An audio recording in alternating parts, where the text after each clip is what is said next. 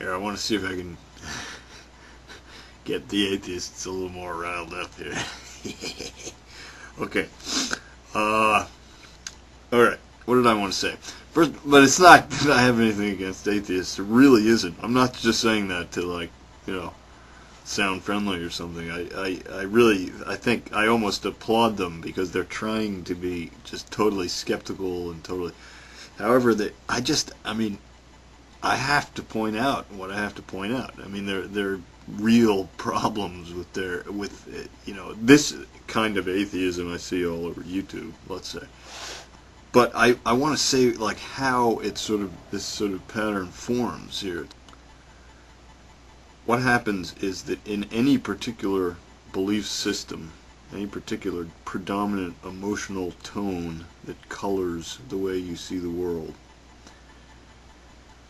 you look for validations to that. This applies every bit as much to atheism as to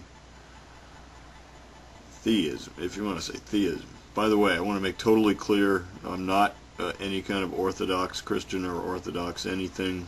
I'm not religious in the ordinary sense. I'm just totally whatever, free-minded, okay? I mean, I think it's fairly clear that there are things like God and stuff. Okay, I don't even care if that sounds vague to you. But, things like paranormal stuff. But anyway, listen. No, paranormal stuff isn't the same as God. I know. Okay, look, let's just put it this way. I think it's fairly clear there's a lot you don't know, and I don't know either. Okay, what happens? What I've been trying to do is show these people, first off, that their first argument, you'll find any atheist will say nonsensically, okay, that all paranormal phenomena has been disproved. I don't know where they got that, but they'll just say it blithely, like they're expert parapsychologists who've spent 50 years researching every last little experience every human being has ever had, and they'll blithely say, they've all been disproven, and I'm like, what? Well, what are you even talking about? I mean, I'm not saying they're all proven. I didn't have time to even, I obviously wouldn't have time even to look at more than a few of them. So, I mean, what anybody intelligent would do if they were actually going to discuss this would be to talk about specific cases, But everybody seems to be too busy just expounding a general view anyway. But anyway, whatever.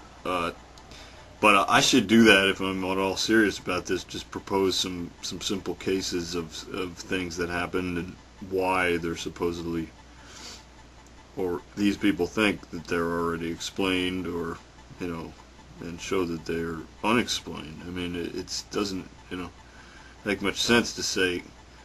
I mean, I've read actual comments. They'll say everything paranormal has been investigated and shown to be false.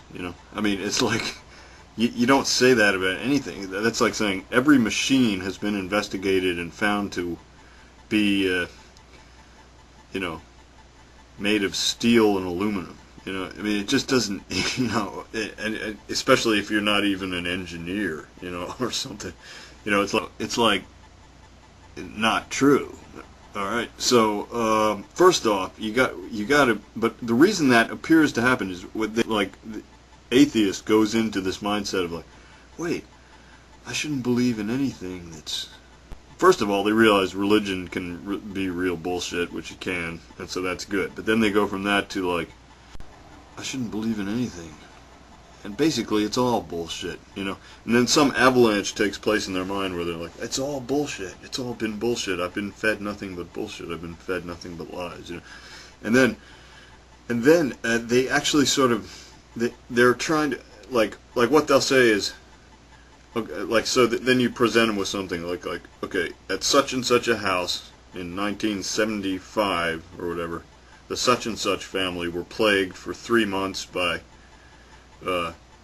plates flying off the walls and chairs flying around the room, and so on and so forth, to the point where it drove them crazy and they finally had to move out of the house. That's a typical poltergeist story. I keep coming back to poltergeist because I just think it's kind of a fun example. I'm just saying that's one little category, okay? Now,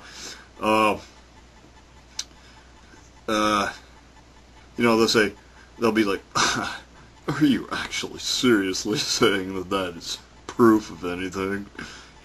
And they're in that very attitude right there. It seeks to invalidate whatever's being said, but it actually says nothing. It doesn't. So you say, well, I wasn't there, but I read this. I read it. Oh, you only read it. Well, what else are you going to do? Unless you're in the house, So then, if you're in the house, you say, yeah, it was happening, and you write an account of it, or you tell people about it, And then they say, oh, somebody just told me about it.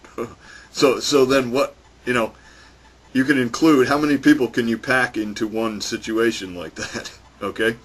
And was there a news crew there at the time? That maybe is what they'll do next, as though a news crew being there is the great validation of proof of something, no, most of the time they aren't there in time. A, they either don't want to touch the story because they think it'll make them look like quacks because it's outside the quotidian orthodox way of thinking about things. B,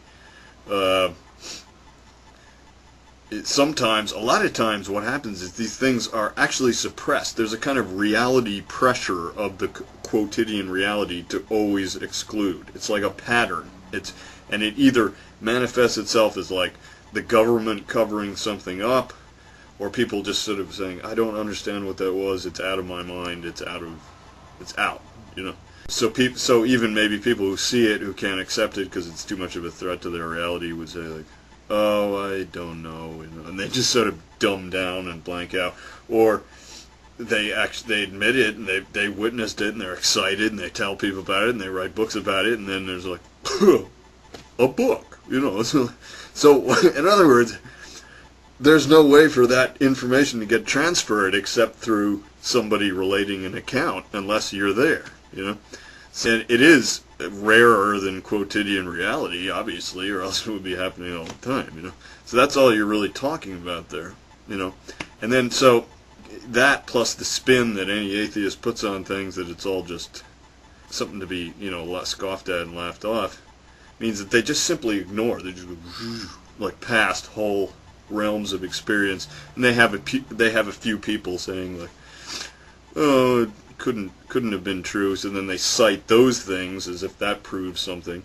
They read that such and such, that so and so doesn't think that kind of thing is scientifically possible, and that that's worth no more than somebody writing the account that it did happen, right? So. So anyway, so you can see how it's just like, it's like, a pattern that just literally selectively, affirms its own reality, and then you confront them with, well, these people said it did happen. They aren't lying, they don't appear to be lying. By the way, I actually did see a video of poltergeist. There was this little girl. It was like a family. A little girl sitting at a table trying to do her homework, and then her mother and father were there, and they're like, "It's okay, honey." And then the table would go like, boom, and the girl looked like really scared. This little girl looked like really scared, and the parents were like, "It's okay, honey, just keep doing your homework." And the parents were all like scared and looking around and stuff. Now, okay, could have been faked, right? Okay, but anything. Okay, so we got a video fake. And then they come along like it's all been disproven. Well, they just sort of say that like it's like, I'm not saying that they're all true, so why are you saying that they're all not true? Anyway, I think this is getting too long here, but see you.